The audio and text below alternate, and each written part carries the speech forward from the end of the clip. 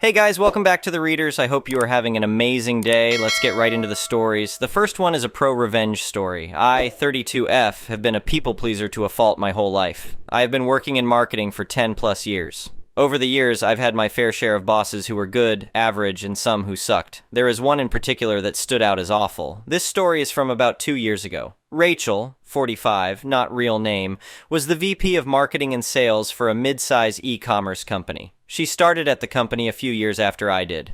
According to office gossip, she was the fourth pick for the position and was hired mainly to show diversity in leadership to investors. I was a manager under her, and my responsibilities were extensive. One morning, as I was setting up for our weekly meeting, Rachel strolled in at her usual late hour. "Morning, Sarah," she said, barely glancing at me while checking her phone. "Did you finish those reports I needed?" "Yes, they're all done," I replied, sliding over a stack of perfectly organized folders. "I also prepared the quarterly forecast you mentioned yesterday." "Great, whatever," she mumbled, already typing away on her phone. My job involved ensuring the website and physical showrooms had their products displayed correctly, coordinating all monthly sales materials, managing advertising, setting up and overseeing the department's budget, project managing all department initiatives, creating sales reports, and handling presentations for future projects. In essence, I did her work plus all the administrative tasks needed to keep the department running. I managed all this because I had access to her email and frequently sent messages on her behalf to keep operations flowing smoothly. Rachel typically arrived after 10 a.m., spent most of her time at business lunches, and obsessed over planning company events, which I ended up organizing anyway. "Rachel," I said during one budget meeting, "these events are eating up our entire quarterly budget. We won't have enough for the holiday marketing campaign." She waved her hand dismissively. "Just pull from next month's budget. Make it work like you always do." So, at the start of every month I had an original budget, and by month's end I submitted an edited version, modified under Rachel's instructions, that made her spending appear controlled. This detail becomes significant later. I made occasional mistakes while juggling so many responsibilities and found myself working 12-hour days, split between office time and late-night work after putting my kid to bed. Weekend work became routine, squeezed in before my family woke up and after they went to sleep. During Rachel's first major holiday season, sales plummeted. She constantly changed store displays, hired her friends' marketing agencies for fresh perspectives, and ignored our merchandise team's carefully planned promotions in favor of her innovative ideas. "These numbers are terrible," she snapped during one meeting. "We need to try something different." "But Rachel," our merchandise director protested, "our planned promotions have proven successful in previous years." "Well, clearly they're not working now," she retorted. "We're going with my strategy." At this point, I had been battling an ongoing infection that developed into sepsis, landing me in the hospital. My doctors and husband attributed it to work-related stress and insisted I needed rest. During my recovery, old habits died hard and I checked my work emails. What I discovered made my blood boil. First, I noticed a delivery confirmation for flowers from upper management, Rachel's favorite variety naturally. While filing the receipt, I discovered emails from the past few days that were definitely not work-related. Rachel had been complaining to her friends about my illness. "Can you believe she's still in the hospital? It's just sepsis, for God's sake. We have deadlines." In another email, she whined about being unable to locate any of my documentation, which was clearly labeled in our shared drive. The most damning evidence was an email chain with her former colleague discussing how to salvage the holiday sales in her position. Her friend asked, "Is there someone managing most of the work?" Rachel replied, "Yes, Sarah handles everything." The colleague suggested that my mismanagement could be blamed for the poor sales. When Rachel mentioned my hospitalization, her friend advised that firing me during medical leave would look bad, but if she could prove I was misusing company resources, she'd have grounds for termination. Upon my return, Rachel called me into her office. "Sarah, I'm concerned you're overwhelmed," she said with fake concern. "I'll take over the department budget management. Just deliver these invoices to accounting, but don't discuss anything budget-related with them. And remember, any concerns should come directly to me, not HR." Fortunately, I had an ally in Nina, 52, not real name, our head accountant, who had always offered her support if needed.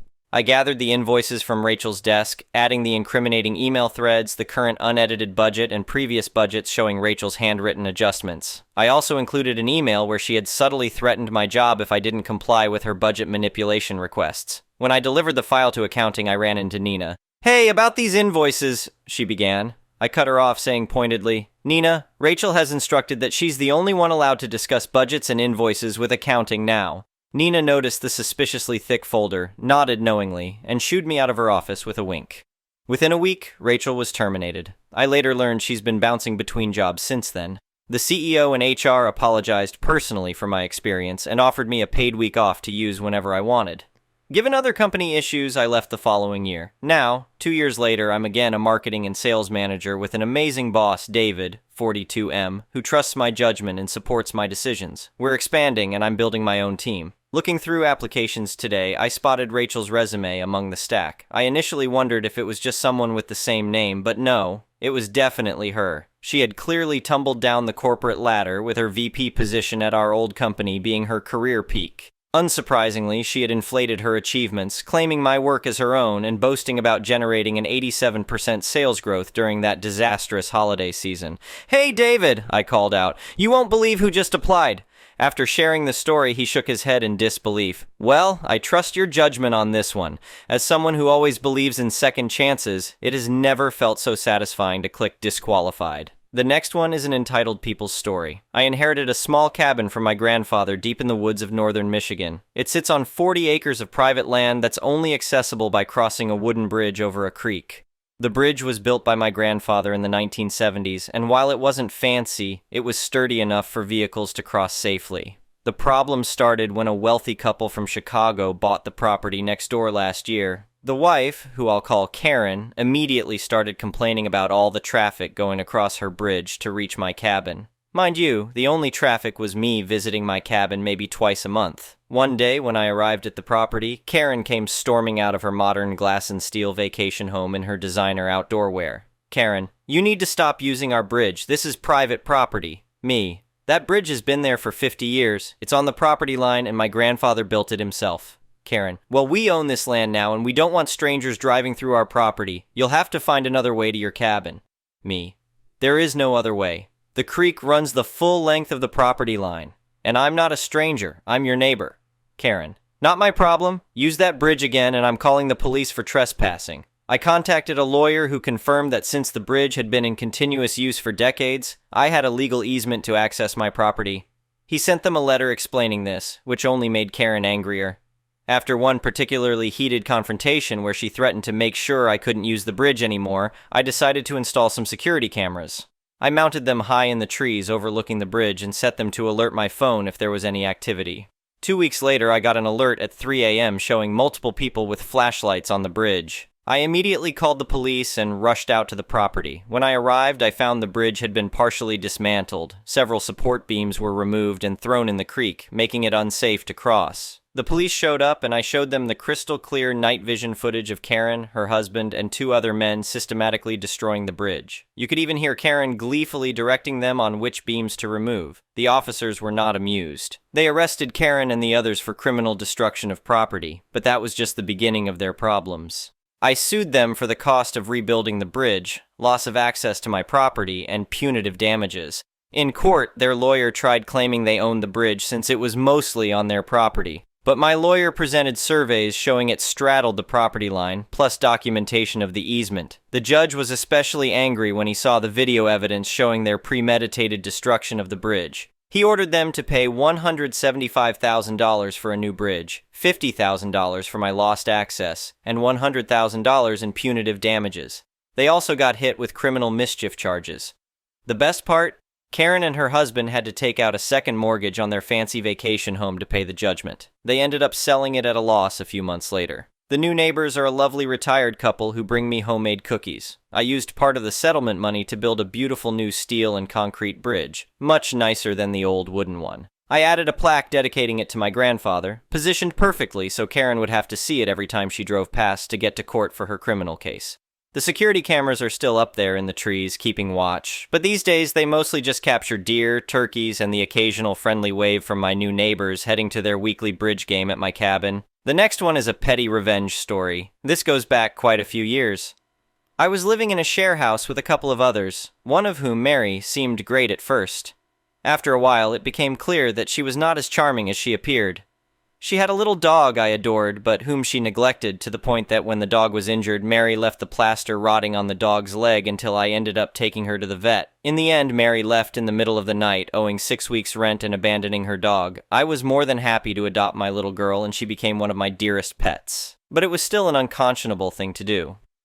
About a week later, a distraught man turned up at our front door. He was an employee at a local travel agency, and somehow Mary had conned him into paying for a holiday in advance. And now, of course, she had disappeared. The man was left in real financial and career trouble. We sympathized but couldn't help. We had no idea where she'd gone. I can still remember him crying on our porch. So here's the revenge. The public service required an independent, someone from another department, and a female on selection panels, and I was often called upon to be that person. About 8 months after all this happened, I was asked to be on a selection panel for a dispatcher's job at the local police station.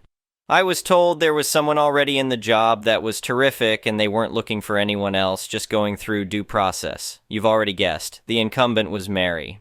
I said nothing at the initial meeting, but went home and rang the public service board. I explained the situation, that I had damning information about an applicant, and asked if I should recuse myself. Their response was no, that everyone knew everyone in the PS, and if they had a rule like that, they'd stymie every promotion process. Right. So, come the day of the interview, I said, before we start, there's something you should know. I told the panel about the rent, the fraud, and the fact that she had lied on her application. I knew why she had left her last job, and it was definitely not allergies. They were shocked. They were unanimous that someone in such a crucial role as police dispatcher must have high ethical standards and integrity. I'll never forget the way she entered the room, very confident of the job and their liking for her. She greeted the panel down the line, and then came to me. She stopped dead, her face frozen. I said cheerily, "Hello, Mary. Good to see you again." She sat down and couldn't look at me. My fellow panelists struggled to get any kind of coherent answer out of her. It was probably petty of me to make a particular point to ask her about her previous employment. "Could you expand on this? You have stated you left because of an allergic reaction to the paint used in the office. Would we hear something similar if we contacted them?" She didn't get the job, of course. The panel was grateful. They felt they'd dodged a bullet. Ever since, I have made it my own ethical yardstick to never seek revenge and play by the rules if the opportunity comes by. It makes it all the sweeter. The next one is a malicious compliance story. This is one going back a few years, but it's one that made me chuckle when I remembered it. As we live in a busy estate, we are in a prime position for door-to-door callers.